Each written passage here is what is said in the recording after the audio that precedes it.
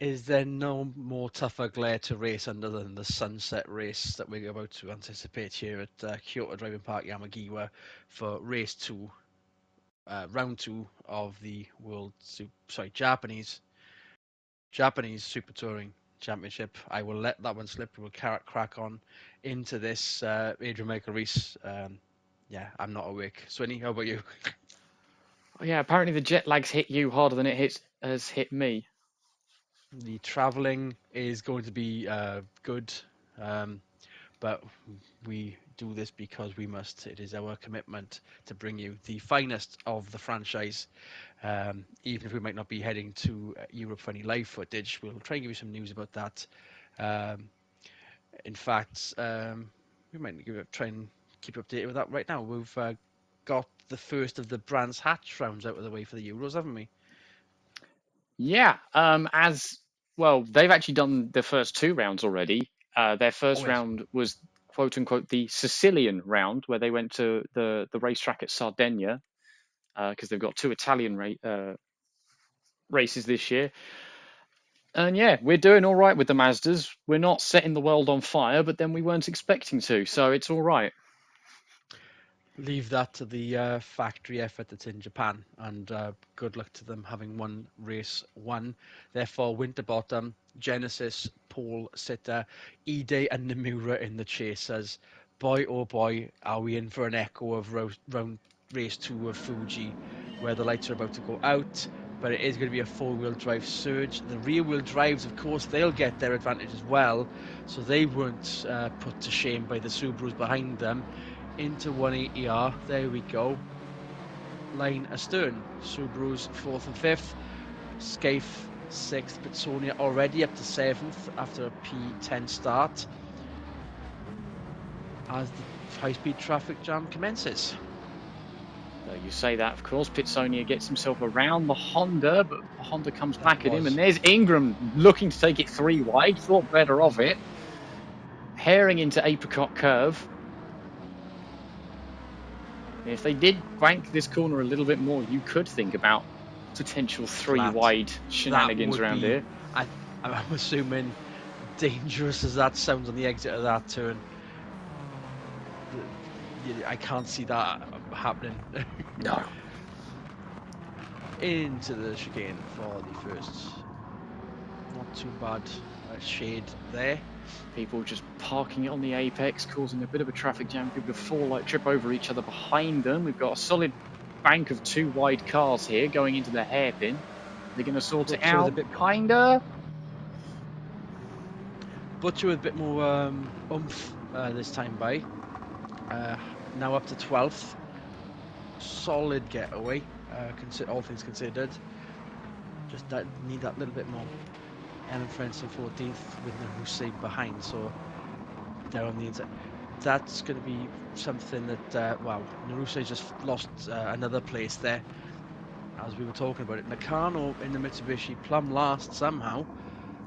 Winterbottom, Ide, Nomura is your top three.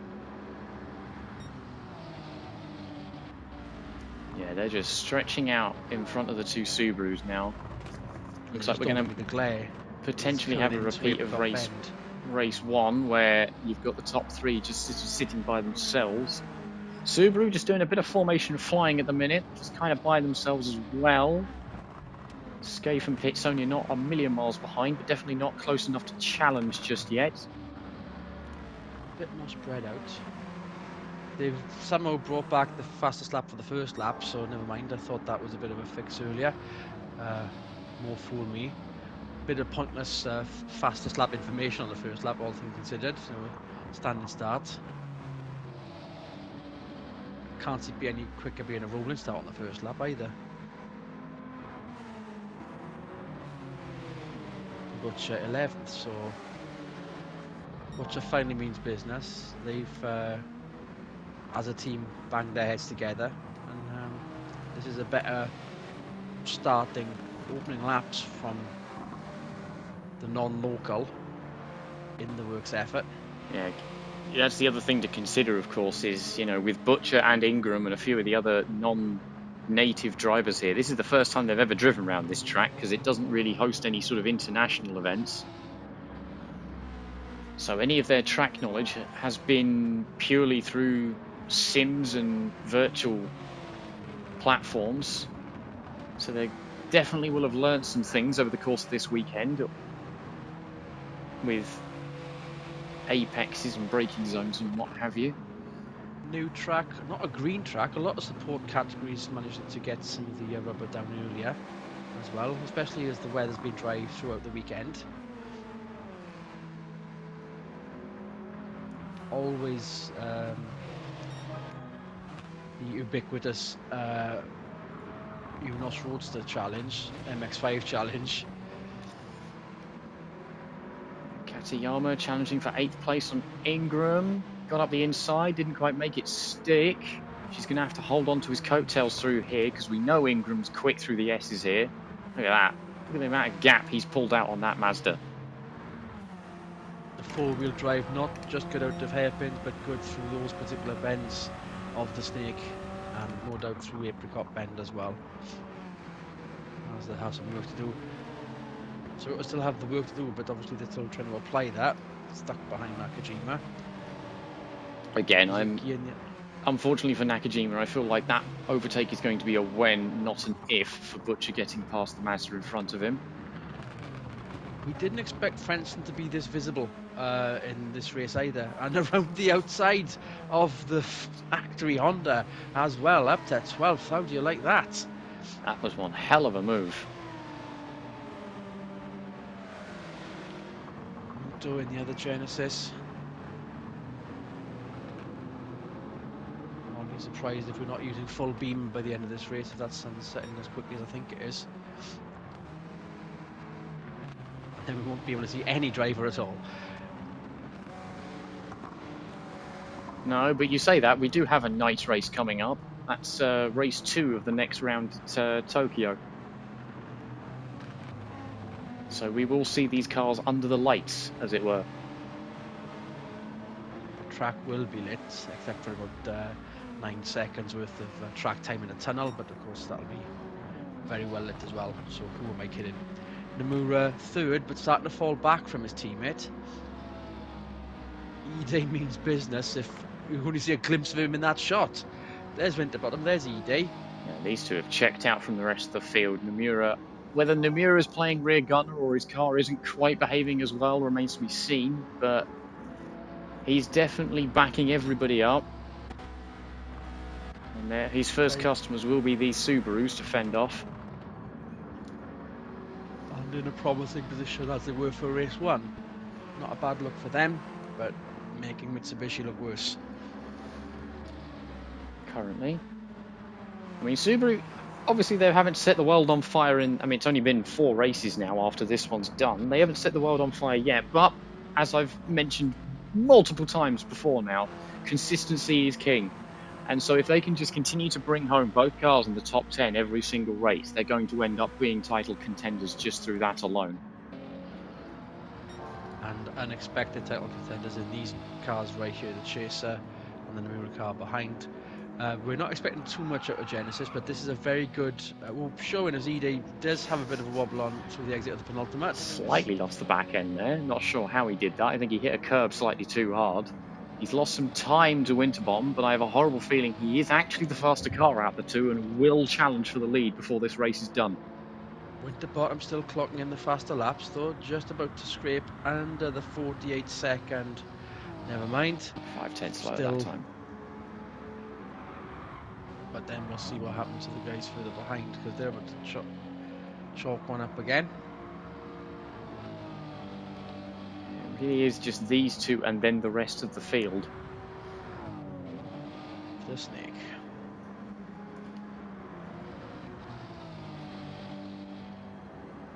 Yeah, keeping it even through the S's there, going into Apricot Bend. Not sure E-Day's going to do anything to catch up round here. He does need to be careful going over those curbs, though, it seems. But the glare has now gone. Sun behind the mountains. He's got some momentum there. He is catching.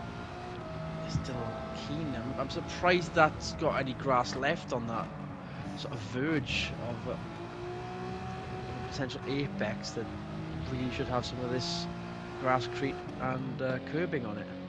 Yeah, I was about to say, I'm surprised there isn't a curb with a big sausage curb to deter people from doing that round that corner. I think with the sausage they'll still do it, and therefore that would be even worse.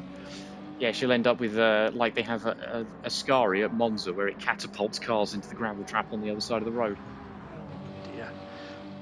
Into the penultimate, these two almost joined at the hip. Nomura doing a very good job of holding back. If that is the plan, I can't see that being. It's not. It's definitely not deliberate gap to the because two Subarus, but yeah, precisely. Maybe it is. How nice of Subaru to tell us a different car apart by having one roll cage is bright yellow, so we can tell the two apart. I mean, that is a. I've not come across that one before. I've come across, you know, two-car teams having slight differences within the livery, so you can tell the cars apart. But the roll cage is definitely a new one to me. Ide is a lot closer this time, going through the S's. Will he make a lunge going into the chicane complex at the bottom of the hill there, or is he going to try it through Apricot Bend? Not quite, not this time. That's not enough. Just fill the mirrors of the Genesis in front of him. Ide with the fastest lap then.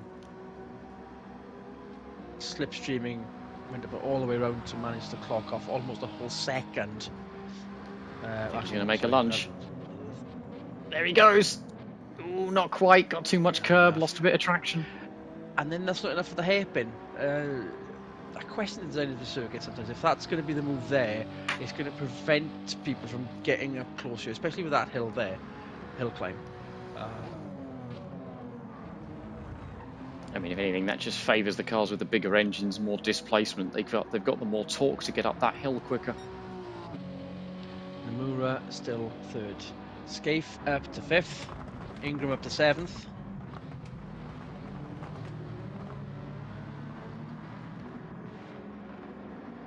A hedge scratching from Rustad there. These Mazdas have, well, the 1-2 was a very good look earlier, but they've not done themselves any favours, and they're falling back because that's Ingram up to 7th now. Frentzen into the top 10. This is something we didn't expect. Yeah. Nakajima could be doing better, and the two Corollas again. What is? Yeah, they've just missed the setup. I think with these Mazdas as well is. As we've seen with other teams, although this looks like a move on from Pitsonia, they're just struggling with the traffic. They had nice, you know, they had the track to themselves last race. Now here they go. Poor old Ingram just got freight trained by both of them, hanging tough around the outside of turn 1. He's going to let them both go. He might get them back through the S's though. We know how quick Ingram can be through here. We've seen it before. Oh, that's too far back for anything. He had to check up there. He had a bad line, although that's a very good run. There's a lot of momentum there. Oh, can't quite get alongside. Just gives the Mazda a little helping hand up in front instead. Trying to send Katayama into her teammate. Hello, Frentzen. Where did you come from? Well then. Not intent on just making up the numbers, making one of her own. Definitely wanting to make up lost ground in the points that the disappointing runs at Fuji gave her. I thought that was going to be the barometer. This is definitely something worth writing home about, because that's Ingram behind now somehow. Ingram now down to 10th. We've got 4 privateers in the top 10.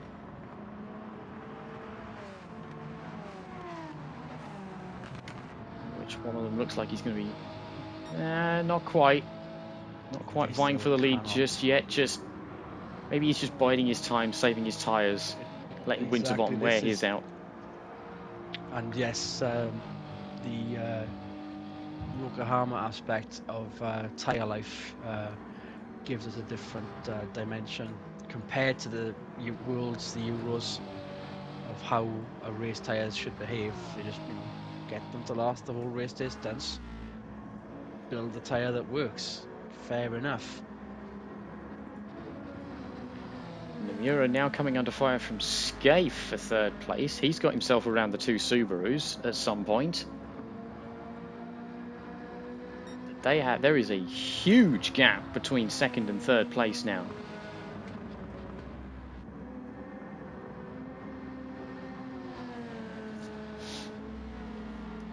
Scaife definitely looks to be the faster car at the minute. He might have a lunge into the chicane complex here. Sticks his nose out. Is he going to stick his nose in there? There he goes. Hang it tough around the outside for the next bit. There we go. Job done. Now, has that Chrono Athlete got the power uphill climb? I mean, these next three cars are all 4 cylinders, so they're in theory going to have similar pulling powers going uphill and accelerating. Scaife looks comfortably in third right now. So barring any tyre drop-offs, it looks like we're going to have both Australians on the podium.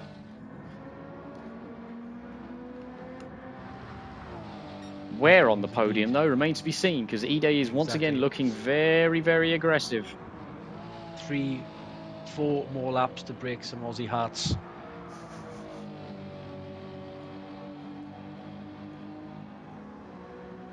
Of which you know the language will be colourful and entertaining if that's the case. And the Ide fan base are on tenterhooks here. We can see them just sort of jumping up and down when the move could be on. Here he goes. Could be on here. Oh well. Gets the door slammed in his face. Don't think that's going to deter him. Wouldn't surprise me if we see another lunge into the chicane complex again. He's definitely close enough. He has a look. Is he going to send it? Not quite. Why maybe. Oh no. Hairpin then. Now there's enough momentum. Now there's enough slipstream perhaps to get the move done. Gotta get this one right first. Still not close enough. And the line for that hairpin as well doesn't kind of dictate that it almost not dictate. Almost like it does dictate a single line through it, and therefore not much of an overtaking gap unless you're already side or by side or. Yeah, and even then that has its own dangers to it, as we saw with Scaife and Ingram in the last race. Because that move definitely wasn't on in that turn. No. It was just a misjudgment of who's alongside who there. And Nomura isn't letting Scaife go here. And then, yeah, there is a gap. So Takahashi falling off the pace a little bit. Pitsonia and Katayama slowly catching him. So the pace was there. It's obviously the traffic in the reverse grid, and that's why the franchise kind of mandates it. Everywhere we go, it works. Clearly it works. You can see it in front of you. Frentzen has dropped outside the top 10, but there's still a very powerful effort from the privateer BMW. It's still points, that's the important thing. Here goes Ide again, going into Apricot.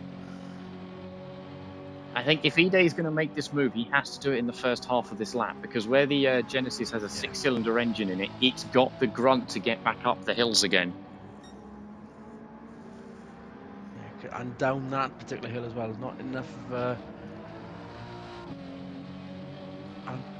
nothing to anticipate there.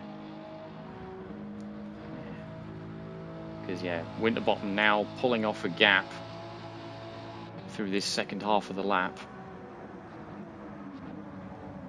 And we've seen Ide get a little bit sideways at the next little corner complex a couple of times now, so he needs to be careful of not overdriving the car into that, because that basically screws up his momentum and potential chances for turn 1 or through the S's in the next lap, and he is rapidly running out of laps in order to get this done. Definitely not a wobble on that time by. If there was, he very well prevented it from happening. Final bend. Start finish straight. Ide might just be close enough to start slipstreaming the Genesis in front. He's a little bit far back though. He's going to have to make up his time through the S's again. Wow. I think as soon as we saw Ide go into turn 1, nobody was in shot behind coming in front to complete the final lap. No, they have that gap is the track to themselves, very much so. These two, I can't see these two. Well, at least one of them's not going to make a mistake here. Winterbottom is being very well, keeping his nerve. All the pressure behind from Ide, which, even if this is second, this is a fantastic effort for that car, as is the fourth for Nomura behind Skaife. But Nomura looks to be trying to get... Oh, here we go. Lunge for the lead. As well. This is the lunge. There's the space. He's sent it. There's the wobble. He's committed. And there's the move for the lead. There it is. Ide in the lead. Hey, long time coming. Nomura got on the business done at Fuji. The Ide fan base that grew from the World Championship will be absolutely delighted to see this, and hopefully it maintains that lead. Ide maintaining that lead with a lap to go. Yeah. Winterbottom, though. I mean, Winterbottom's still right there. He could take it back, but even if he does, the amount of points that this Chaser Motorsports team are going to get, they'll be hard-pressed not to win the Independence title at this point, given where all their rivals are currently racing. So across the line, we can see the Ide fan base jumping up and down across from us. They are delighted.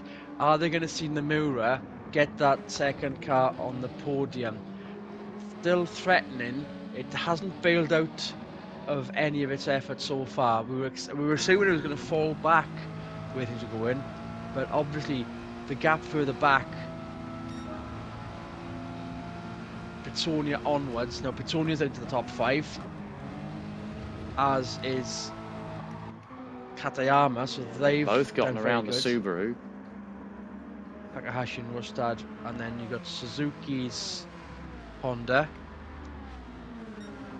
and there's Muto in the other Genesis. So he's managed to move himself up into the top 10. So both Genesis are now in the top 10. Genosian.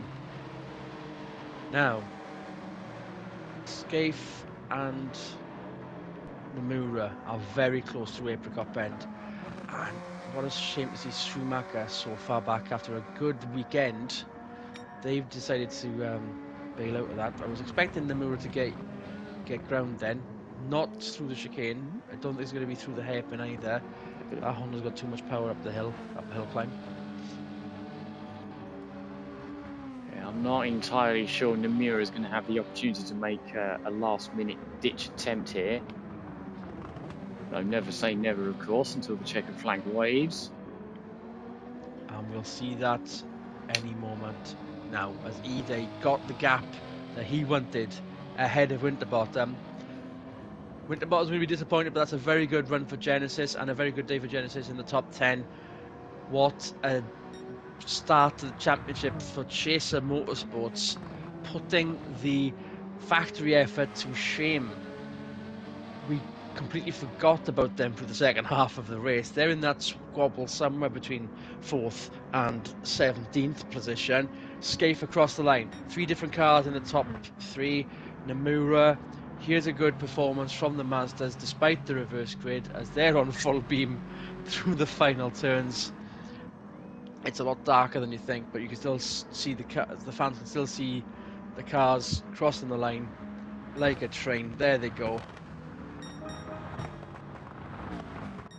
And no doubt race 2 was always going to be a bit more eventful, and thankfully it was. Narusai 15th, so that is all of the Toyotas in the points, but not in the order that Gazoo Racing would expect it to be.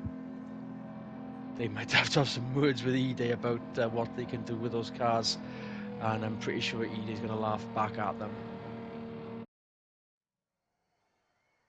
And yeah, a bit more eventful, not just because it was a reverse grid. What do you reckon, Swinny? I mean, the reverse grid, as always, helps. It is very good for giving us on-track action. But yeah, these And these privateers, this is scarily good from them. And as I said during the race, I think this is.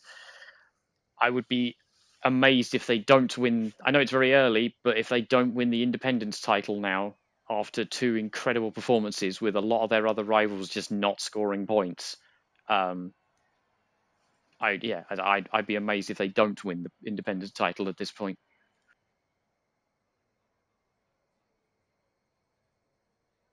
So this will be